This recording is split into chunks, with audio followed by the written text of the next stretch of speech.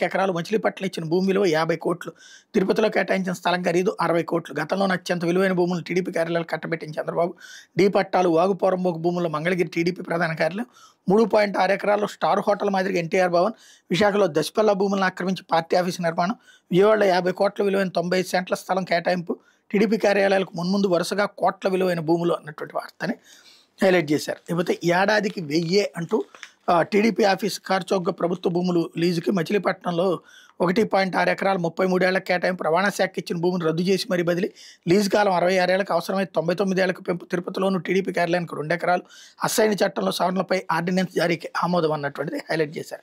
అయితే అందశ్రీ ఇక లేరు అంటూ ఇంట్లో కుప్పకూలిన సాహితీ దిగ్గజంకి సంబంధించినటువంటి వార్తని హైలైట్ చేశారు.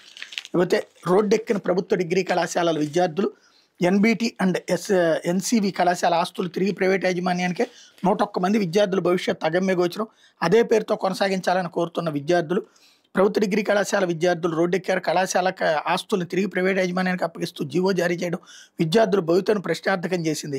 దీంతో తమకు న్యాయం చేయాలని కోరుతూ విద్యార్థులు సోమవారం ర్యాలీ నిర్వహించారు. అనంతరం పల్నాడు కలెక్టర్ కృతికా శుక్లాను కలిసి తమ గోడు వెళ్లబోసుకున్నారు. కళాశాలను అదే పేరుతో కొనసాగించాలని విజ్ఞప్తి చేశారు. వైఎస్ఆర్సీ ప్రభుత్వంలో పల్నాడు జిల్లా కేంద్రం నరసరావుపేటలో ప్రభుత్వ డిగ్రీ కళాశాలను ఏర్పాటు చేస్తూ 2023లో ఉత్తర్వులు జారీ అయ్యాయి. ఈ కళాశాలను గతంలో చంద్రబాబు ప్రభుత్వంలో స్వాధీనం చేసుకున్న ఎన్బీటీ అండ్ ఎన్సీవీ కళాశాల ప్రాంగణంలో ఏర్పాటు చేశారు. గతంలో ఇదే ప్రాంగణంలో జేఎన్టీయూ ఇంజనీరింగ్ కళాశాల నిర్వహించారు. వాళ్ళకి సొంత భవనాలు సమకూడడంతో సదరు ప్రాంగణాన్ని డిగ్రీ కాలేజీకి కేటాయించారు.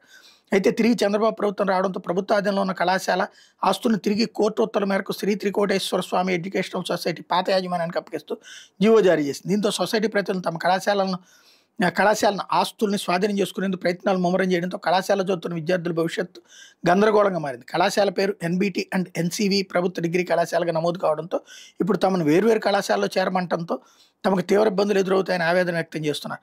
ప్రస్తుతం కళాశాలలో 101 మంది విద్యార్థులు చదువుతున్నారు. వీళ్ళకి సంబంధించిన రికార్డులన్నీ ఇదే కళాశాల పేరుతో ఉండడంతో హఠాత్తుగా వేరే కళాశాలకు బదిలీ చేస్తే తాము నష్టపోతామని విద్యార్థులు చెప్తున్నారు. ఆచార్య నాగార్జున విశ్వవిద్యాలయం అనుబంధ కళాశాలగా రాష్ట్ర ఉన్నత విద్యామండలి గుర్తింపుతో విద్యార్థులు ప్రభుత్వ డిగ్రీ కళాశాల పేరుతోనే స్కాలర్షిప్లు ఇతర సదుపాయాలు పొందుతున్నారు. సచివాలయం బయోమెట్రిక్ ట్యాక్స్ సైతం ఎన్బీటీ అండ్ ఎన్సీవీ ప్రభుత్వ కళాశాల పేరుతోనే ఈ నేపథ్యంలో కళాశాలను పాత యాజమాన్యానికి అప్పగించి తమను వేరే కళాశాలకు మార్చినట్టయితే తాము నష్టపోతామని వాపోతున్నారు. తృతీయ సంవత్సరం పూర్తి చేసే వరకు ప్రభుత్వ డిగ్రీ కళాశాల అదే పేరుతో కొనసాగించాలని కోరుతున్నారు అన్నటువంటిది హైలైట్ చేశారు. ఇకపోతే స్కూల్లో విద్యార్థిని అనుమానాస్పద మృతి